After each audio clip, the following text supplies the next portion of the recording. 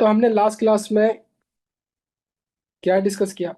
हमने last class में discuss किया मेरे बच्चों, हमने डिस्कस किया कि यार ये सब्जेक्ट में हमारी अप्रोच क्या होनी चाहिए। सबसे इंपॉर्टेंट चीज हमने ये डिस्कस करी कि भाई क्या वाकई में कोई सिलेबस में चेंज हुआ है, और हमने कंक्लूड किया कि भाई सिलेबस में हमारा कुछ भी चेंज नहीं हुआ है।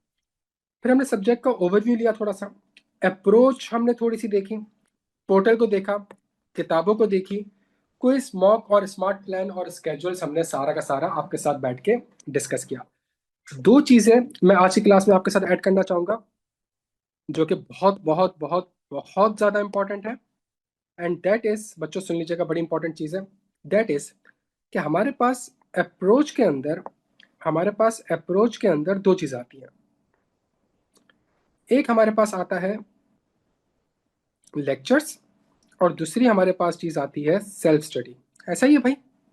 एक वो जो टीचर्स के लेक्चर्स हैं वो आपने देख रहे हैं, दूसरा वो आपने सेल्फ स्टडी करनी है। इस बार चूंकि हमारे पास अनसर्टेनिटी बहुत ज्यादा है, ऐसा ही है, हमारे पास ईद मुहर्रम है, तो इस चीज के लिए टेक्निकली स्पीकिंग तीन प्लान है हमारे पास, सही है। पहला प्लान हमारे पास है स्मार्ट लेक्चर्स का, दूसरा प्लान हमारे पास है क्विज एंड मॉक का, और इन दोनों प्लान को हमने कंसोलिडेट कर दिया है, which is the consolidated plan. ऐसा ही है मेरे बच्चों, जिसमें हर वीक का टारगेट है कि आपने लेक्चर्स देखने, हर वीक का टारगेट है कि मैंने आपको उस लेक्चर से रिलेटेड रिवाइज करवाना है, उसका टारगेट है कि हमने उसके ऊपर क्यूएनए सेशन रखना है, और उसका टारगेट है, और इस वीक का टारगेट है कि हमने जो क्विज और मॉक है उसको मैंने आपको साथ बैठ के ड्राफ्ट करवाना है। ऐसा ही है। और ये सारे काम मतलब आपकी सेल्फ स्टडी की रिस्पॉन्सिबिलिटी भी मैं ले रहा हूँ, लेक्चर्स की रिस्पॉन्सिबिलिटी मैं ले रहा हूँ, और ये सारे काम हम 30 जून के एंड तक इंशाल्लाह खत्म कर चुके होंगे। बेस्ट हो जाएगा बच्चों।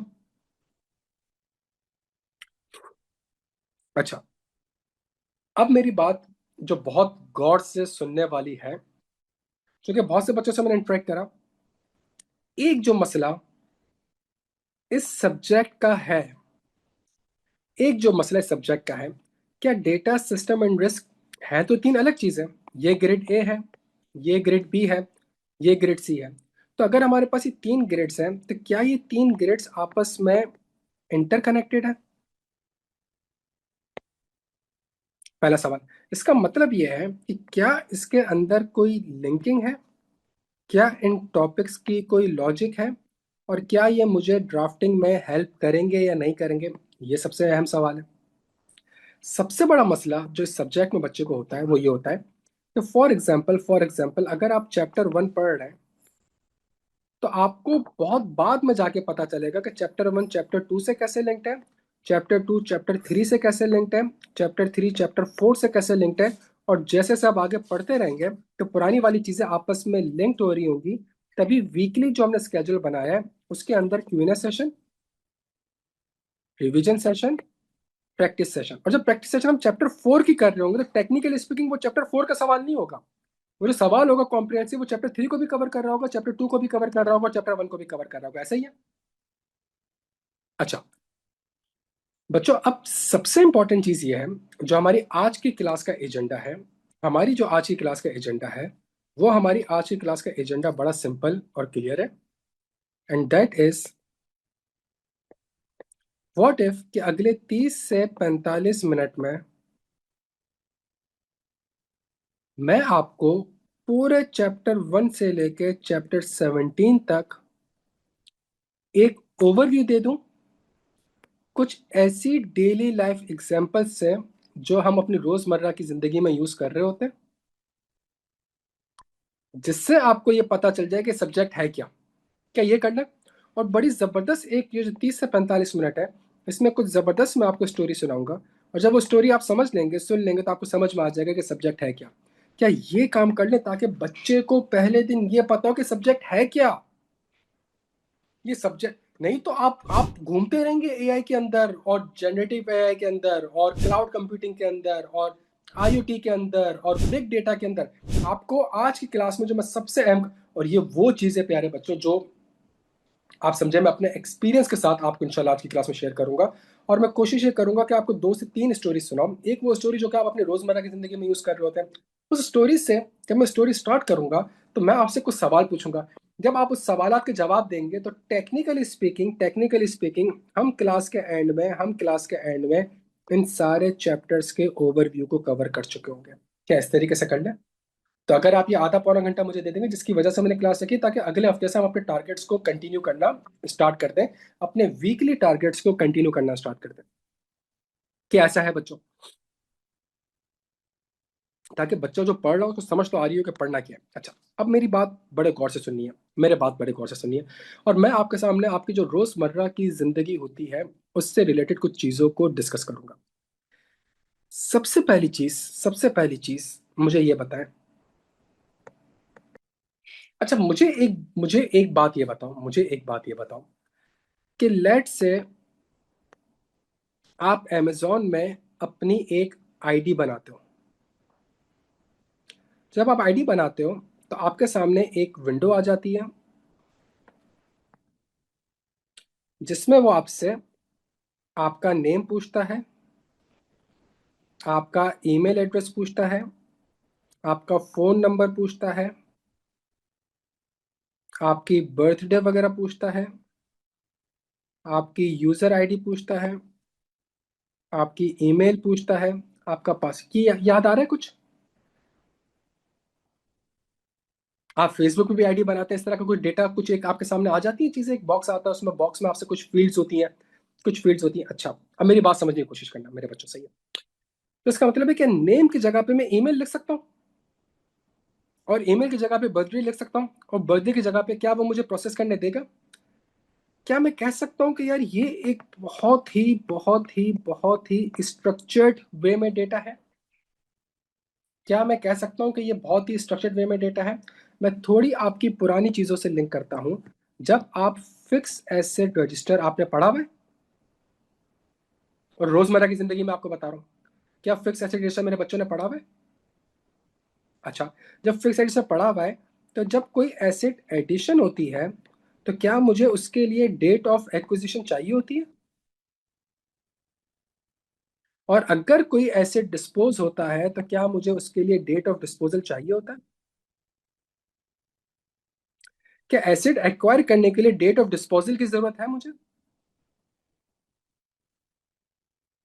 अच्छा, अच्छा, जबरदस्त जबरदस्त जबरदस्त।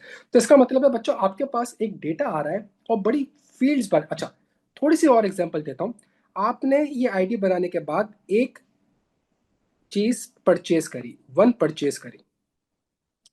जब आपने ये चीज परचेज करी तो इसका मतलब है सिस्टम ने उसको कुछ इस तरीके से रिकॉर्ड करा होगा कि ये यूजर आईडी है, ये क्वांटिटी है, ये रेट है, ये अमाउंट है, और ये बैंक से हमारे पास अमाउंट आ रही है। सही है? तो यूजर आईडी जो है वो 001 है। इसने एक क्वांटिटी ली है जो कि 100 रुपए की है, अमाउंट बनती है 100 रुपए की, और for example national bank of Pakistan के अकाउंट से हमें ये अमाउंट रिसीव हो गई है। बच्चों, क्या मैं कह सकता हूँ कि ये बहुत ही एक स्ट्रक्चर्ड वे में डेटा है? ऊपर कॉलम्स आ रहे हैं और उस कॉलम के नीचे ट्रांजेक्शन आ रही है। अभी ये ट्रांजेक्शन हसनैन ने करी है, अभी ये ट्रांजेक्शन हसनैन ने करी है। अगर अफान भी ये ट्रांजेक्शन करेगा तो अफान की ट्रांजेक्शन भी ऐसी ही आ रही होगी, 002, क्वांटिटी 2, रेट लेट से 250, अमाउंट जो है वो 500, लेकिन जो उसने पे करा है वो यूबीएल से पे करा है। इसी तरीके से सफ़ा अगर कोई ट्रांजेक्शन करेंगी तो आप समझ आ रही? तो क्या मैं कह सकता हूँ कि यार एक ऐसी ट्रांजेक्शन जिसमें कॉलम्स होते हैं, जिसमें रोज होती हैं, और वहां पे ट्रांजैक्शन उसी फील्ड में आके जाके रिकॉर्ड हो रही होती है। अच्छा, अगर इसका मैं टोटल देखूं तो क्या कल को ये टोटल मुझे हेल्प करेगा फाइनेंशियल स्टेटमेंट में सेल्स को रिकॉर्ड करने की? अगर मैं आपसे कहूँ इस पूरे साल में कितनी सेल्स हुई हैं, इस पूरे साल में कितनी सेल्स हुई हैं, तो ये जितनी भी अमाउंट है अगर मैं इसको ऐड कर दूं तो क्या मेरे पास सेल्स में, फाइनेंशियल स्टेटमेंट में सेल्स में ये अमाउंट आ सकती है? अच्छा, सुनना बच्चों, मेरे बच्चों, जबरदस्त जबरदस्त। तो इसका मतलब है जब आप ट्रांजैक्शन आप करेंगे तो आपके पास कुछ स्ट्रक्चर्ड डेटा हो, सही है, एक प्री डिफाइंड फील्ड्स में वो आपका। Which is normally rows and column. अच्छा, मैं पढ़ा कुछ नहीं है ना, मैं बिल्कुल कॉमन सेंस वाली बात। अच्छा, अमेजोन का एक और डेटा है विच इज कॉल्ड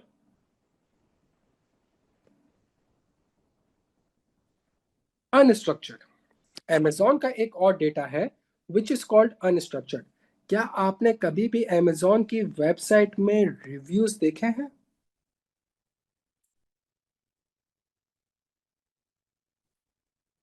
आपने टेमो में किसी भी ऑनलाइन स्टोर में जाके रिव्यूज देखे? क्या मैं कह सकता हूं कि रिव्यू जो है वो एक स्पेसिफिक फॉर्मेट पे आ रहा होगा? क्या मैं कह सकता हूं कि रिव्यूज जो है वो स्पेसिफिक फॉर्मेट पे आते हैं रिव्यू? सर, रिव्यूज जो होंगे वो डिफरेंट तरीके से हमारे पास आ रहे होंगे, सही है। डिफरेंट तरीके से हमारे पास जो रिव्यूज है वो हमारे पास किसी ने उर्दू में लिखा होगा, किसी ने इंग्लिश में लिखा होगा, किसी ने बुराई स्टार्ट में करी होगी, किसी ने बुराई एंड में करी होगी, किसी ने 4 लाइनें लिखी होंगी, किसी ने 2 लाइनें लिखी होंगी, किसी ने 10 लाइनें लिखी होंगी, किसी ने 5 लाइनें लिखी होंगी। क्या ये बात समझ आती है? इसका मतलब इसका कोई फॉर्मेट नहीं है, कोई फॉर्मेट नहीं है। ये ऐसे ही जो चाहे उर्दू में, इंग्लिश में, किसी भी तरीके से लिख सकता है। क्या इन सारे रिव्यूज को, मेरी एक बात समझे, जिस तरह इस स्ट्रक्चर्ड डेटा में मैं इन सारी चीजों को प्लस कर सकता हूं, क्या इस अनस्ट्रक्चर्ड डेटा में मैं कुछ प्लस माइनस कर सकता हूं? क्या मैं सारे रिव्यूज को प्लस कर सकता हूं, माइनस कर सकता हूं? कॉमन सेंस वाली बात है, कॉमन सेंस वाली बात है। अच्छा, फिर हमारे पास अमेजोन में एक और चीज आती है विच इज कॉल्ड सेमाई स्ट्रक्चर्ड। अब ये सुनिएगा मेरी बात को, ये सुनिएगा मेरी बात को। क्या आपने, क्या मेरे बच्चों, अमेजोन,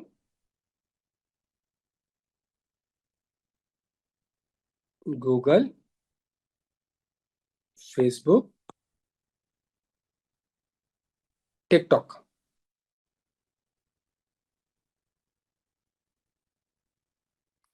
अब मेरी एक बात सुनिएगा, मेरी एक बात सुनिएगा बच्चों। गूगल, फेसबुक, टिकटॉक, क्या आप गूगल पे कुछ सर्च करते हैं? अगर आपने गूगल में सर्च करा लैपटॉप, तो क्या, और उसके 10 मिनट बाद अगर आप अमेजोन खोलें, तो क्या अमेजोन जब आप खोलेंगे तो क्या अमेजोन लैपटॉप पे आपको डील दिखाना स्टार्ट कर देगा? ऐसा है? क्यों? गूगल आपसे कहता है कि मैं आपकी कुकीज को एक्सेप्ट कर रहा हूं, आप एक्सेप्ट करो कि मैं आपकी कुकी। इसका मतलब है जो भी आपका ब्राउजिंग डेटा होता है, गूगल फ्री में क्यों दे रहा है आपको? गूगल फ्री में नहीं दे रहा है आपको। गूगल कहता है कि ये जो सारी सर्च हिस्ट्रीज है, ये मैं आगे जाके कंपनीज को सेल करता हूं, सही है। अच्छा, अब मुझे एक बात बताएं, अब मुझे एक बात बताएं, अमेजोन के पास क्या ये वाला डेटा भी आ रहा होगा? गूगल का सारा सर्च इंजन का डेटा जो अमेजोन के लिए रेलिवेंट होगा वो अमेजोन के पास आ रहा है। लेकिन ये जो डेटा आ रहा है, ये डेटा किसी कॉलम या रोज में नहीं आ रहा, बल्कि ये एक स्टैम्प आईडी के थ्रू आ रहा है। स्टैम्प आईडी का मतलब कि भाई ये एक यूजर आईडी थी, इस लोकेशन पे थी, और इसने लैपटॉप को सर्च करा था, ऐसा ही है।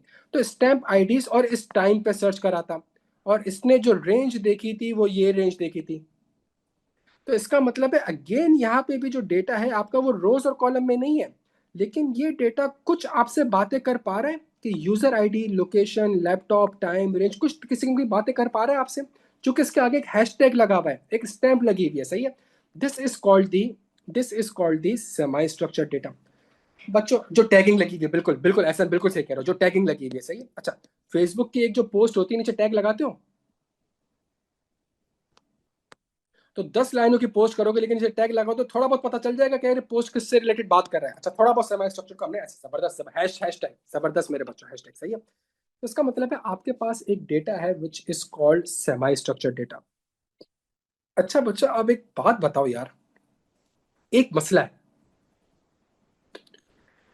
मसला ये है मसला ये है कि अमेजोन के पास जो ये डेटा है, अमेजोन के पास ये जितना भी डेटा है, अमेजोन के पास ये जितना भी डेटा है मेरे बच्चों, क्या इस क्या ये डेटा आपसे बातें करती हैं?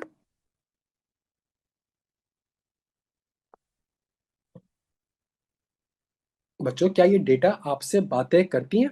अच्छा, इस डेटा में से कुछ डेटा तो वो है जो कि फाइनेंशियल स्टेटमेंट में रिकॉर्ड हो रहा है, याद आ रहा है। लेकिन क्या सारा का सारा डेटा फाइनेंशियल स्टेटमेंट में रिकॉर्ड होता है? जो रिव्यूज हैं क्या वो भी फाइनेंशियल, कोई आपने अकाउंटिंग स्टैंडर्ड पढ़ा है जो आपसे कहता हो कि रिव्यूज को डिस्क्लोज करना है आपने? कोई अकाउंटिंग स्टैंडर्ड ऐसा है जो कि आपसे कहता है कि गूगल ने जो डेटा ट्रांसफर करे वो सारा का सारा आपने डिस्क्लोज करना? नहीं। इसका अच्छा, लेकिन इसके अलावा जो मेरे बच्चों डेटा है, इसके अलावा जो मेरे बच्चों डेटा है, क्या ये डेटा आपसे बातें करती है? क्या इस बात करने को जो ये डेटा मेरे पास है, क्या मैं इसको एनालाइज कर सकता हूँ? क्या इस डेटा को मैं एनालाइज कर सकता हूँ? अब आप मुझे बताएं, क्या अमेजोन इस डेटा को एनालाइज कर सकता है? क्या अमेजोन ये कह सकता है कि पिछले सालों में किस टाइम पे किन लोगों ने कौन से प्रोडक्ट को किस प्राइस पे खरीदा था? क्या अमेजोन इस बेसिस पे डेटा को एनालाइज कर सकता है? क्या इस बेसिस पे अमेजोन जो है वो अपने सप्लायर के साथ कॉन्ट्रैक्ट कर सकता है कि जी पिछले साल जुलाई से लेकर सितंबर तक बहुत से लोगों ने जो है वो इस तरह के प्रोडक्ट्स खरीदे थे, तो मुझे जो माल है वो जुलाई से सितंबर तक चाहिए और इतना माल चाहिए? क्या ये अमेजोन बैठ के ये डेटा को एनालाइज कर सकता है और इसके बेसिस पे कोई डिसीजन मेकिंग ले सकता है? अच्छा, अगर अमेजोन की इस साल सेल्स कम होती हैं, अगर अमेजोन की सेल्स इस साल कम होती हैं, तो क्या अमेजोन बैठ के ये एनालाइज कर सकता है कि सेल्स इस बार क्यों कम हुई? अगर अमेजोन ने ये देखना हो कि उनका टॉप प्रोडक्ट कौन सा है, क्या वो बैठ के देख सकता है? अच्छा, जबरदस्त मेरे बच्चों, जबरदस्त जबरदस्त जबरदस्त।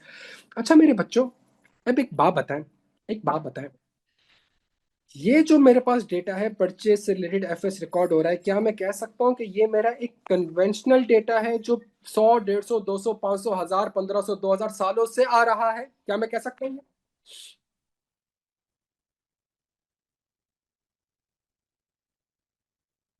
भाई ट्रांजैक्शन तो 100, 150, 200 साल पहले से हो रही है ना। तो ये तो वो चीजें हैं जो कि खातों में रिकॉर्ड होती थी। वो खाते क्या कहते हैं? उन खातों को हम क्या कहते हैं? वो किसी ना किसी किताब में रिकॉर्ड होती थी आज से 20 साल पहले, 25 साल पहले, 100 साल पहले, 150 साल पहले। मारूक जबरदस्त, उन जर्नल्स कहते हैं, सही, उन जर्नल्स कहते हैं, सही है। एक बड़ा सा रजिस्टर होता था, जर्नल लेजर हम कहते थे, सही है। तो इसका मतलब ये, लेकिन पिछले 10, 15, 20 सालों में क्या इसकी, क्या ये बहुत ज्यादा आना स्टार्ट हो गया?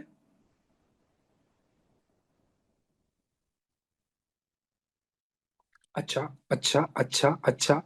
तो क्या मैं कह सकता हूँ, क्या मैं कह सकता हूँ कि क्या मैं कह सकता हूँ कि जो मेरे पास डेटा है, जो मेरे पास डेटा है, उसमें से कुछ डेटा ऐसा है जो कि बिग डेटा है भाई? भाई बड़ी जबरदस्त बात होगी। क्या मैं कह सकता हूं कि इसमें से कुछ डेटा ऐसा है जिसको तो भाई ये तो, अच्छा, बिग डेटा का मतलब, अगर मैं आज सर्च कर रहा हूं लैपटॉप को गूगल पे, तो क्या गूगल 4 साल बाद अमेजोन को बताएगा कि इब्राहिम लैपटॉप सर्च कर रहा है? अच्छा, इसका मतलब रियल टाइम में है। क्या इसका वॉल्यूम बहुत ज्यादा है? आप इमेजिन करें 1 अरब लोग गूगल पे एक पॉइंट ऑफ टाइम पे कुछ ना कुछ सर्च कर रहे होंगे, तो क्या इसका वॉल्यूम भी बहुत ज्यादा है? और गूगल पे डिफरेंट किस्म के सर्च हो रही होंगी, तो क्या डेटा की वैरायटी भी ज्यादा है? अच्छा मेरे बच्चों, जबरदस्त जबरदस्त जबरदस्त, समझ आ रहा है भाई, समझ आ रहा है। तो इसका मतलब है जो डेटा हमारे पास है, जो डेटा हमारे पास है, वो अब आपका बहुत ही बिग डेटा हो गया। तो इसका मतलब है जो डेटा आपके पास, कुछ डेटा था जो कन्वेंशनल डेटा था, कुछ डेटा था जो रिसेंटली बिग डेटा आपके पास बना। और इसके बेसिस पे, अच्छा, क्या फेसबुक में आपने कभी देखा है कि जैसे ही आप एक क्रिकेट की वीडियो को वॉच करते हैं, तो वो फौरन से आपको सफा, सबके साथ ये मसला हो रहा है बच्चों, आवाज डबल हो रही है मेरी? बच्चों ऐसा नहीं करो ना यार, देखो ऐसा नहीं करो। अच्छा सुनो यार, सुनो सुनो बच्चों, मेरी बात सुनो, सही है। तो क्या मैं कह सकता हूँ, क्या ये कहना मेरे बच्चों जायज होगा कि मैं आपसे ये अर्ज कर रहा था कि जो फेसबुक है, जैसे ही आप क्रिकेट की एक वीडियो देखते हैं या कुछ भी वॉच करते हैं, फेसबुक फौरन से आपको कुछ ना कुछ रिकमेंड कर देता है?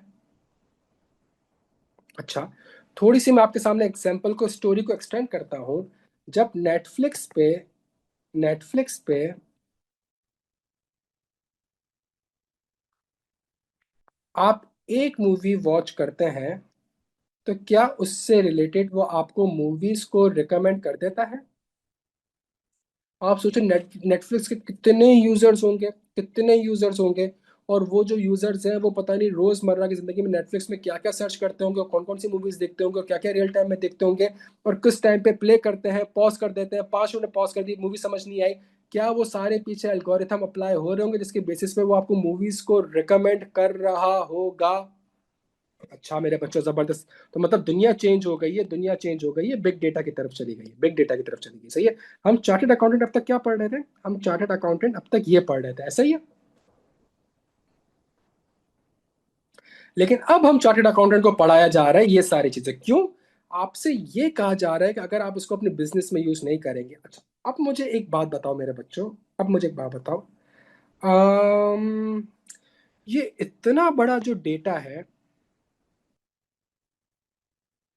क्या इस डेटा को कहीं स्टोर करने की जरूरत पड़ेगी?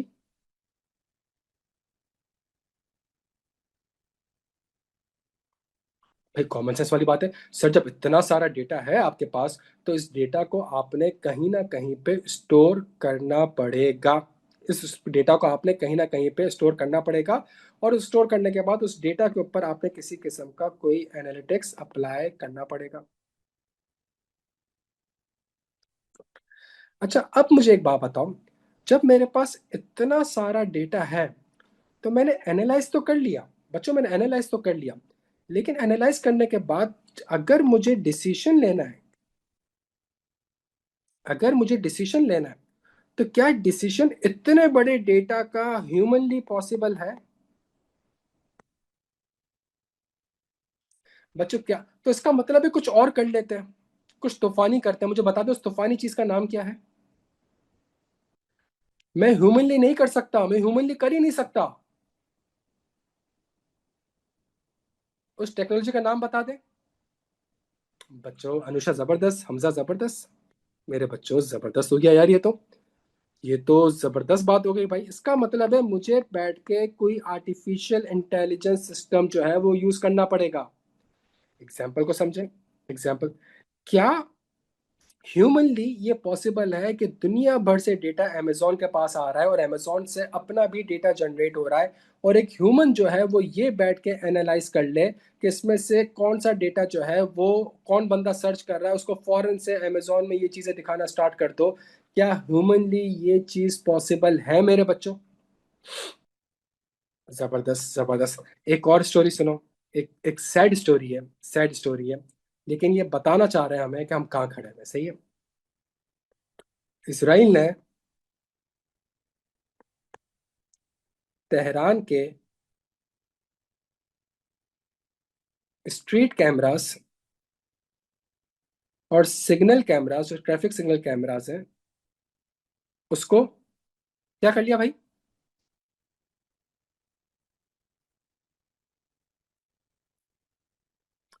उसको हैक कर लिया। जब हैक कर लिया, तो इसका मतलब है रियल टाइम में आप सोचे तेहरान कितना बड़ा, ईरान कितना बड़ा, कितनी गाड़ियां गुजर रही होंगी, कितने लोग गुजर रहे होंगे। क्या ह्यूमनली पॉसिबल है कि मैं एक बंदे को बिठा दूं, दो बंदे को बिठा दूं, तीन बंदे को बिठा दूं, उसको बोलता रहूं, चेक करता रहूं कि खमीनी पास हो रहा है कि नहीं हो रहा? पॉसिबल है ये चीज? तो उन्होंने सिस्टम तो हैक कर लिया। जब हैक कर लिया, तो इस हैक करके उनको रियल टाइम में सारा डेटा मिल रहा था। उनको रियल टाइम में सारा डेटा मिल रहा था। उस डेटा के ऊपर उन्होंने पैटर्न लर्निंग, जो एक लड़का ऊपर बात कर रहा था, पैटर्न लर्निंग मैकेनिज्म अप्लाई किया। उसने आइडेंटिफाई करा, इसराइल ने जो करा वो ये करा कि यार, जो इसके सिक्योरिटी गार्ड है उनको मॉनिटर करो। आप खमीनी को मॉनिटर नहीं कर सकते, लेकिन आप खमीनी के सिक्योरिटी गार्ड को मॉनिटर कर सकते हो। और जब आप देखो कि जी सिक्योरिटी गार्ड की मूवमेंट क्या होती है, कब होती है, कब सिक्योरिटी गार्ड, जितने सिक्योरिटी गार्ड है उनको मॉनिटर करो, और वो कब कब जमा होते हैं, और जब ज्यादातर लोग सिक्योरिटी गार्ड एक जगह पे जमा हो जाएंगे, तो देर इज अ पॉसिबिलिटी कि खमीनी जो है वो वहां पे मौजूद होगा। और एक कैमरा, स्ट्रीट कैमरा ऐसा था, जो कि सिक्योरिटी गार्ड की जो गाड़ी थी उसको वो विजिबल कर रहा था। तो उससे इसराइल को ये पता चला कि जी ये, अब से सारे डॉट्स कनेक्ट करें ना, कि भाई फॉर एग्जाम्पल फला रोड से भी सिक्योरिटी एनवाई आ रहा है, इससे भी आ रहा है, सारे के सारे एक जगह पे आके जमा हो रहे हैं।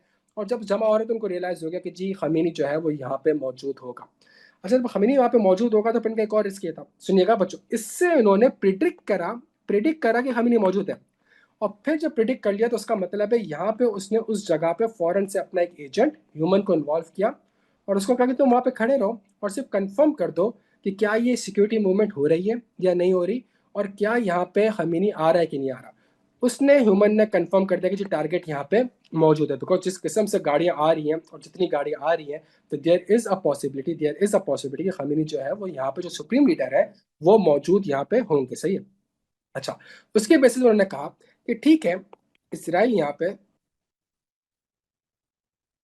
ईरान यहाँ पर है, अगर एक मिसाइल इसराइल ईरान के उस टारगेट को हिट करता भी है तो देयर इज अ पॉसिबिलिटी कि यहाँ पे जाके इनके एयर डिफेंस सिस्टम को या इनके लोगों को मिसाइल दिख जाएगा और वो फौरन से खमीनी को इन्फॉर्म कर देंगे। तो इन्होंने एक और काम ये करा कि ये जो एरिया था, इस एरिया को भी इन्होंने क्या कर दिया, इनके जो मोबाइल सिग्नल्स थे उनको जैम कर दिया। जब मोबाइल सिग्नल जैम करते हैं इसका मतलब है इनको सिक्योरिटी गार्ड को इन्फॉर्म ही नहीं हुआ कि मिसाइल आ रहा है। हालांकि मिसाइल लोगों ने देख लिया था, सही है, मिसाइल एयर डिफेंस सिस्टम ने डिटेक्ट कर लिया था, लेकिन इन्फॉर्म ही नहीं कर पाए। क्यों इन्फॉर्म नहीं कर पाए? इसलिए इन्फॉर्म नहीं कर पाए बिकॉज उसने उस स्पेसिफिक जगह का, पूरे ईरान का नहीं, पूरे तेहरान का नहीं, उस स्पेसिफिक जगह के जो 12 टावर्स थे उन्होंने जो है वो क्या कहते हैं उसको हैक कर लिया, ताकि ईरान जो है, ताकि वो उसको कम्युनिकेट ना करे। और ये रीजन था ताकि वो बंकर तक ना चले जाए हमेनी, और ये रीजन था जिसकी बेसिस पे बच्चों ये जो हम सब्जेक्ट पढ़ रहे हैं ना, ये ये सब्जेक्ट है। हमारी सोच अभी तक वहीं पर है। कहाँ पर है हमारी सोच? ये परचेज सेल, हमारी सोच अभी तक यहाँ पर है। सही है। 2 महीने, 2 साल, 2.5 साल का डेटा लेके उसको मशीन लर्न करवाया, ट्रेन करवाया, और फिर मशीन ने बताया कि जी यहाँ पे टारगेट पॉसिबल है कि मौजूद हो सकता है, इतने बजे मौजूद हो सकता है, जिस तरीके से सिक्योरिटी गार्ड एनवॉय जो है मूवमेंट कर रही है। फिर ह्यूमन इंटरवेंशन ने कंफर्म किया कि जी यहाँ पे इस तरह की मूवमेंट हो रही है, और उसके बेसिस पर उन्होंने प्लानिंग करके एक बंदे को जो है जो एक सुप्रीम लीडर था, लेकिन अल्लाह की भी यार एक अजीब एक अल्लाह का जो है एक अजीब निज़ाम है। सही है। और जो निज़ाम है वो ये देखें कि दुनिया की सुपर पावर और पूरी दुनिया मिल के ईरान का मुकाबला नहीं कर पा रही। सही है। और क्यों मुकाबला नहीं कर पा रही, और इसलिए मुकाबला नहीं कर पा रही, और पता चल गया दुनिया को कि जी वीटो पावर असल में है कौन। अगर आपको ऑयल नहीं मिल रहा तो दुनिया की तरफ से यूएस के ऊपर बहुत प्रेशर आ रहा है, बहुत ज़्यादा प्रेशर आ रहा है कि जी आप किसी किस्म से इस जंग को जल्द से ख़त्म करें, बिकॉज यूरोप में महंगाई बढ़ जाएगी, यूरोप की ग्रोथ कम हो जाएगी, मिडिल ईस्ट के हालात आपने देख लिए। जो वो गर्व से कहते थे ना कि जी हम सेफेस्ट है, हमें कुछ नहीं हो सकता, उनको उनकी औकात अल्लाह ने दिखा दी। सही है। तो जो हक पे होता है लॉन्ग टर्म पे अल्लाह ताला हमेशा उसको जो है वो नवाजता है मेरे बच्चों। सही है, ऐसा ही है।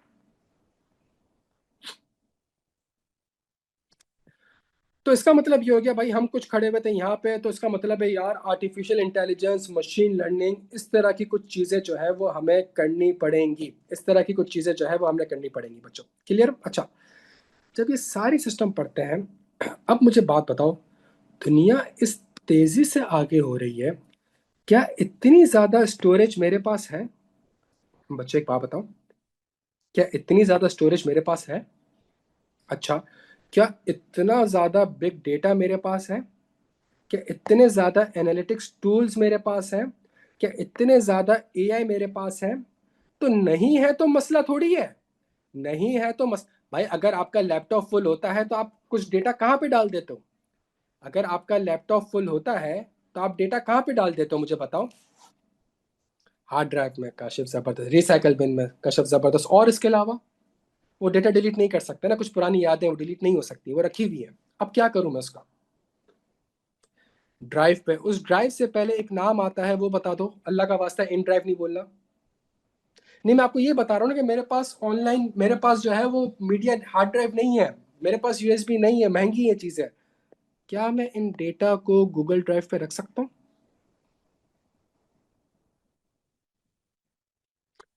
बच्चों ये कहलाता है क्लाउड कंप्यूटिंग, कि हर वो सर्विस जो कि आपने करनी है, हर वो काम जो आपने करना है, अगर आप नहीं कर सकते तो आप क्यों टेंशन लेते हैं? आप टेंशन बिल्कुल ना लें। ऐसी बहुत सी कंपनीज है, अमेजोन हो गया, गूगल हो गया, जो कि ये एनालिटिक्स सॉफ्टवेयर डेटाबेस ये सारी की सारी सर्विसेज आपको प्रोवाइड कर रही हैं।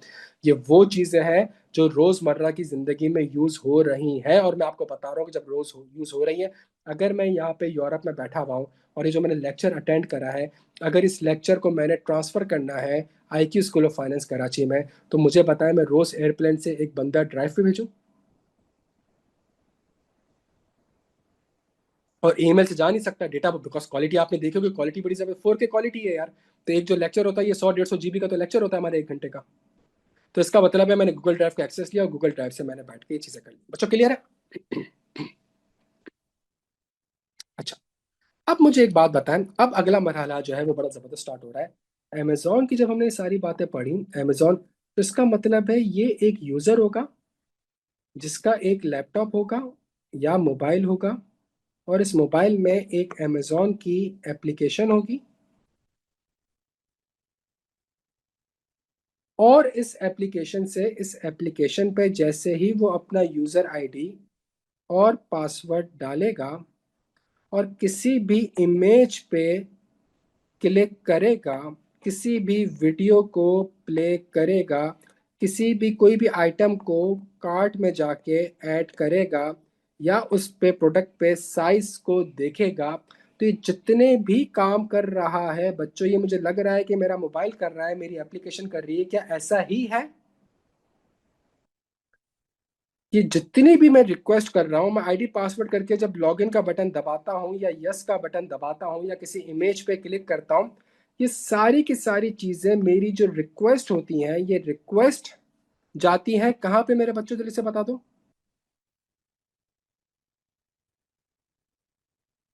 अमेजोन के सर्वर का मतलब ही ये होता है, सर्वर का मतलब निकला है सर्व से। आप जो करना चाह रहे हैं मैं आपको सर्व करता हूं। अगर आप इस इमेज को देखना चाह रहे हैं मैं आपको सर्व करता हूं। अगर आप वीडियो देखना चाह रहे हैं मैं आपको सर्व करता हूं, सही है। अगर जो है आप इसको कार्ट में ऐड करना चाहते हैं, तो ये जितनी भी रिक्वेस्ट है, ये सारी की सारी रिक्वेस्ट कहाँ पे चली जाएगी बच्चों? ये सारी की सारी रिक्वेस्ट जाएगी सर्वर के ऊपर। सर्वर उस रिक्वेस्ट को देखेगा और आपके सामने इन सारी चीजों को डिस्प्ले करेगा मेरे बच्चों। तो क्या मैं कह सकता हूं कि इस सर्वर के अंदर हार्ड ड्राइव्स आ रही होंगी? क्या वो सारी इमेजेस वीडियोस आपके लैपटॉप में सेव है? इसमें सॉफ्टवेयर आ रहे होंगे, ऐसा ही है। इसमें स्टोरेज आ रही होगी, इसमें नेटवर्क आ रहा होगा। ये सारी की सारी चीजें मिला के प्यारे बच्चों क्या बन जाती है? ये सारी की सारी चीजें मिला के क्या बन जाती हैं, जल्दी से बताएं।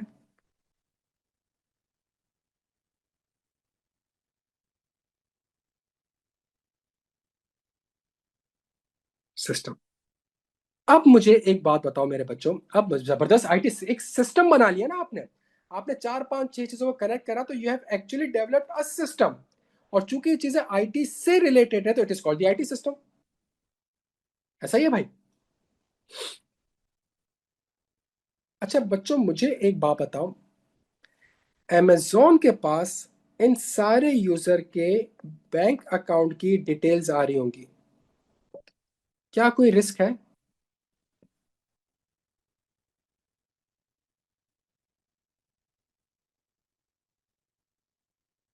बच्चों क्या कोई रिस्क है?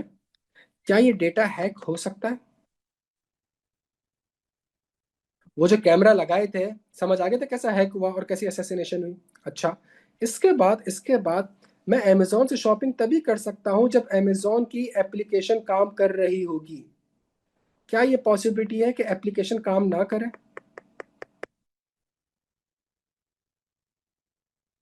अगर एप्लीकेशन काम नहीं करेगी तो क्या मैं बैठ के शॉपिंग कर सकता हूँ, और अगर मैं शॉपिंग नहीं कर सकता तो क्या रेवेन्यू जनरेट हो सकता है?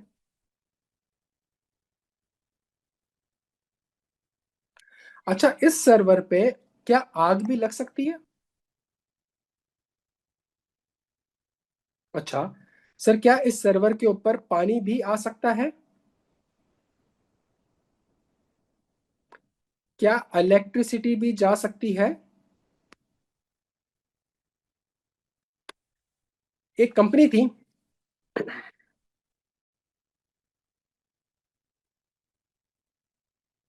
एक बहुत बड़ी कंपनी थी डेटा सेंटर। सही है, डेटा सेंटर जो है कंप्लीट आईटी बिल्डिंग होती है। ये जितने भी गूगल चैट जीपीटी वगैरह आप देखते हैं ना, इनके डेटा सेंटर्स है दुनिया भर में।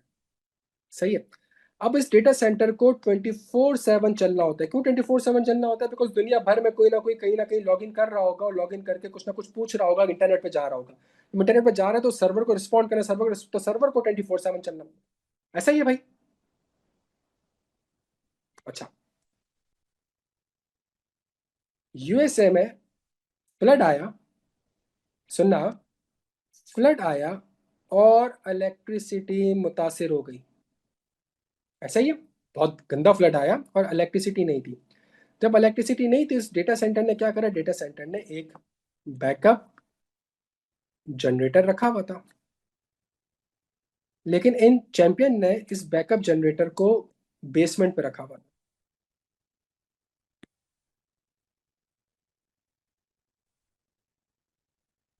जब फ्लड आया तो जो इलेक्ट्रिसिटी कंपनी थी वो इलेक्ट्रिसिटी प्रोड्यूस नहीं कर सकी। जब फ्लड आया तो बेसमेंट के अंदर कहाँ क्या चला गया बच्चों?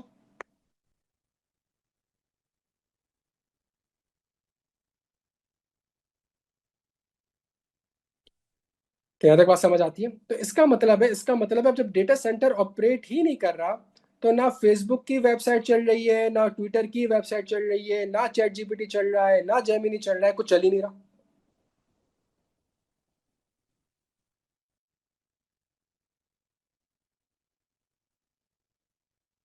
ऐसा ही है भाई। चलो मैं, अच्छा, तुमने जो सवाल पूछा है, एक चीज है, लर्निंग के हिसाब से बता देता हूँ। ये जो डेटा सेंटर है, इनको दो चीजें चाहिए। एक तो इनको चाहिए मशीन। टेक्नोलॉजी इतनी आगे आ चुकी है कि मशीन तो है इनके पास। दूसरी चीज इनको क्या चाहिए? इलेक्ट्रिसिटी। ऐसा ही है भाई। और तीसरी चीज इनको क्या चाहिए? पानी। और पानी कौन सा? मतलब मैं और आप गंदा पानी पी रहे हैं, इनको पानी कौन सा चाहिए? जब ये मशीन इलेक्ट्रिसिटी के बेसिस पे रन होती है तो क्या ये हीट प्रोड्यूस करती है? आपने देखा होगा आपके लैपटॉप में भी एक पंखा लगा हुआ होता है ना। आपके लैपटॉप में याद है, बड़े बड़े पीसी पीछे पंखा लगा हुआ होता है। अच्छा, और पंखा बंद हो जाता है, वो गर्म हो जाता है और आवाजें भी कर रहा होता है। सही है। जब ये हीट प्रोड्यूस करता है तो इसको कूल डाउन करना होता है। जिसको कूल डाउन करना होता है तो उसको क्या, किस चीज की जरूरत होती है? उसको फ्रेश वाटर की जरूरत होती है। दुनिया में जितना, दुनिया की जो हमारी पॉपुलेशन है, जो हमारा हमारा स्ट्रक्चर है, वो 71% पानी से भरा हुआ है। और 30% जो है वो 29% से लेकर 30% तक किस चीज से भरा हुआ है? लैंड से। इस 71% वाटर में से सिर्फ 1% वाटर ऐसा है जो कि पीने के लायक है। मतलब मैं कह सकता हूँ फ्रेश वाटर। अब आप मुझे एक बात बताएं, आपके पास टेक्नोलॉजी भी है, आपके पास इलेक्ट्रिसिटी भी है, अगर आपके पास पानी नहीं होगा साफ, तो क्या इस सिस्टम को आप कूल डाउन कर सकते हैं? और अगर आप सिस्टम को कूल डाउन नहीं कर सकेंगे तो क्या डेटा सेंटर को बंद करना पड़ेगा?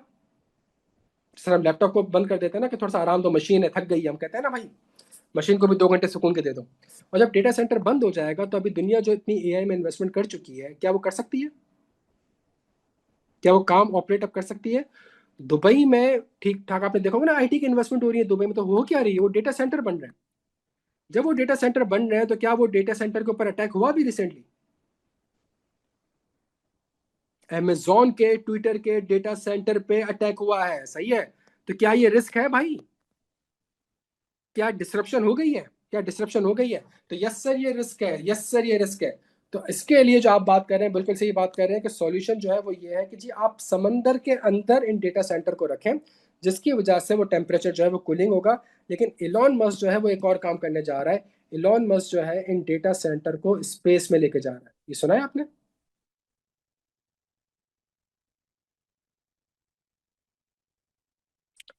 और वो इन डेटा सेंटर को स्पेस में इसलिए लेके जा रहा है बिकॉज स्पेस में उसको सन मिलेगा। उस सन से ऑटोमेटिकली इलेक्ट्रिसिटी प्रोड्यूस हो जाएगी। और स्पेस में नॉर्मली टेम्परेचर जो होता है वो आपका जो है वो नॉर्मली कोल्ड होता है। आप कभी जहाज में बैठे हैं तो जहाज में अगर आप बैठेंगे तो जैसे जैसे हम ऊपर जा रहे होते हैं तो टेम्परेचर जो है वो आपका काफ़ी कम दिखा रहा होता है, सही है। तो वो कह रहा है कि जी कोल्ड भी हो गया, इलेक्ट्रिसिटी मुफ्त में मिल गई, तो सारे डेटा सेंटर को स्पेस में शिफ्ट कर देते हैं, सही है। और हम जो है वो अभी तक फंसे हुए हैं कि यूनिवर्सिटी रोड हम कैसे क्रॉस करें।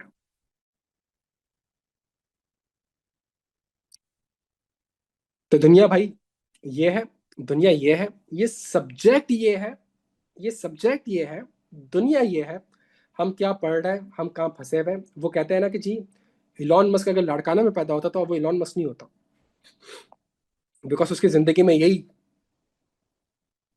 पानी, गैस, इलेक्ट्रिसिटी, इन्हीं चीज़ों में, वो दही दूध इन्हीं में फंसा हुआ होता, सही है। तो दुनिया भाई ये जा रही है, हम बहुत पीछे रह गए, सही है। और ये सब्जेक्ट पढ़ाने का पर्पस ये है कि जितना हम अपने, एक तो होता है कि जी हम क्रिटिसाइज करें, एक तो होता है हम क्रिटिसाइज करें, एक होता है कि यार हम आगे बढ़ें और मेहनत करें और इस चीज़ के ऊपर हम तवक्को रखें, तवक्कल रखें कि जी हम कर सकते हैं, इस चीज़ पर हम उम्मीद रखें कि यार हम कर सकते हैं, सही है। कोई मुश्किल चीज़ नहीं है, सिर्फ सोचने की सलाहियत होगी तो आप सोच सकते हैं, सही है, आप कुछ नया कर सकते हैं। इसमें से कोई भी चीज़ भी इलॉन मस्क को आती नहीं है, सिर्फ वो सोच रहा है, और जब वो सोचता है तो वो कर देता है, सही है। जब वो सोचता है तो उसके बेसिस पे दुनिया में इस वक्त वो लोग कामयाब हैं जो कि किसी भी प्रॉब्लम का सॉल्यूशन लेके आ सके। और आप यकीन करें, जिसने प्रॉब्लम का सॉल्यूशन सोच सोच लिया और उस रेलिवेंट बंदों के साथ कनेक्ट कर लिया और एक सॉल्यूशन बना लिया, वो कामयाब बनता है। क्लियर हो मेरे बच्चों?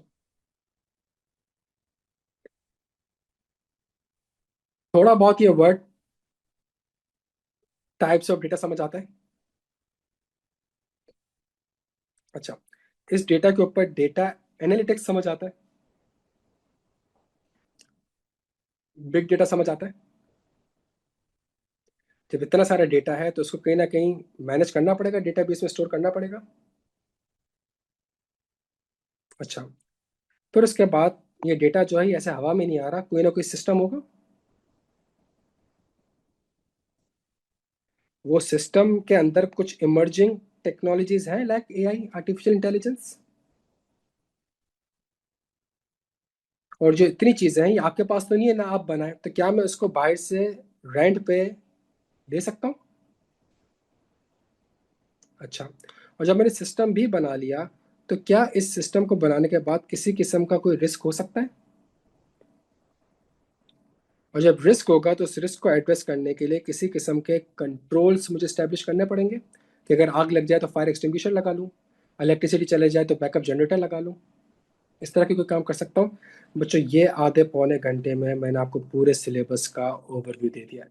तो जब आप चैप्टर 1 पढ़ेंगे तो चैप्टर 1 वहाँ पे ख़त्म नहीं होगा, चैप्टर 1 की लॉजिक और कनेक्शन चैप्टर 2 के साथ है, जिसकी लॉजिक और कनेक्शन चैप्टर 3 के साथ है, जिसकी चैप्टर 4 के साथ है, जिसकी चैप्टर 5 के साथ है। क्या आज के इस आधे पौने घंटे की क्लास में पूरा चैप्टर डीएसआर का सब्जेक्ट आपके समझ में आया मेरे बच्चों?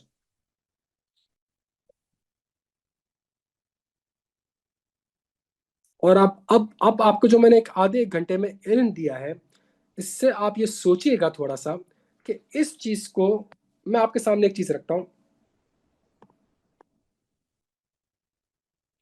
क्या नेटफ्लिक्स का अगर मैं आपके सामने नाम रखूं,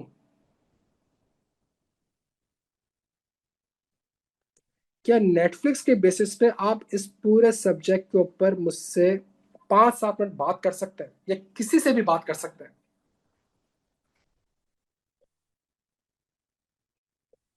क्या नेटफ्लिक्स के ऊपर आप बता सकते हैं यार बिग डेटा पढ़ा कुछ नहीं है, लेकिन आप कह सकते हैं कि नेटफ्लिक्स जो है वो डेटा एनालिटिक्स को यूज करता होगा और उससे उसको कुछ फायदा होता होगा, या नेटफ्लिक्स के पास ये बिग डेटा है, ये रियल टाइम पे डेटा है कि कौन सा बंदा कौन सी मूवी किस टाइम पे देख रहा है, उसको कब रिकमेंडेशन देनी है।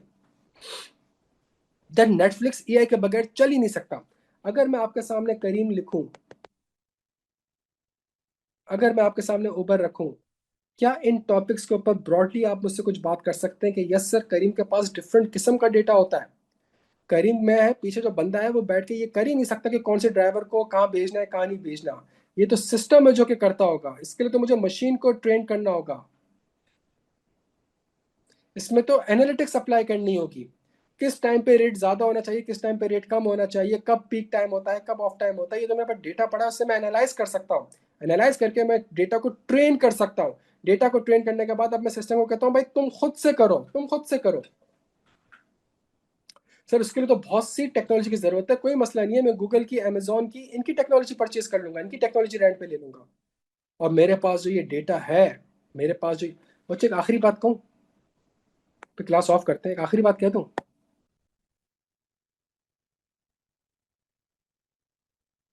आखिरी बात कहता हूँ बस उसके बाद। फूड पांडा का नाम सुना है? एक ग्लोबल कंपनी है ना, और आपको बेतहाशा डिस्काउंट भी देती है ना, और आपको फ्री डिलीवरी भी देती है ना। आपको पता है ये लॉस में है।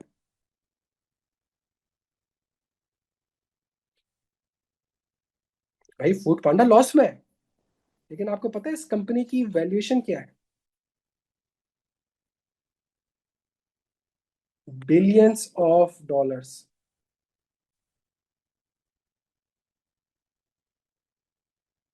क्यों? इसकी वैल्यूएशन बिलियंस ऑफ डॉलर की क्यों है?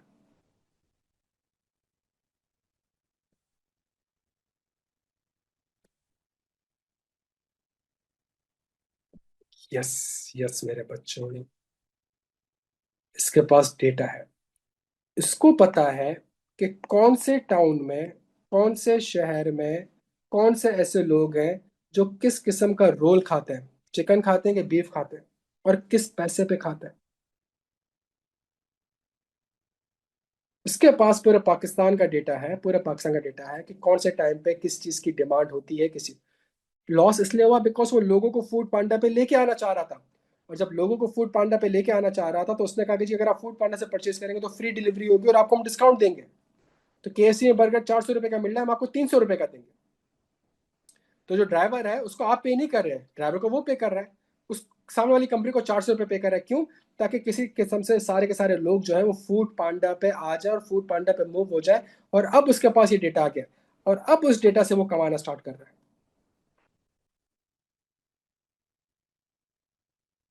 अब चूंकि आपको आदत लग गई है फूड पांडा की, तो आपने वो पांडा मार्ट सुना है?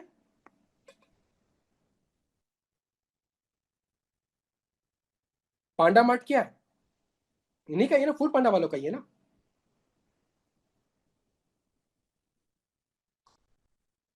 तो उनको लॉस क्यों हो रहा था? उनको लॉस ये हो रहा था कि जो ड्राइवर्स हैं वो 12 घंटे में से 4 घंटे फारिग बैठते हैं।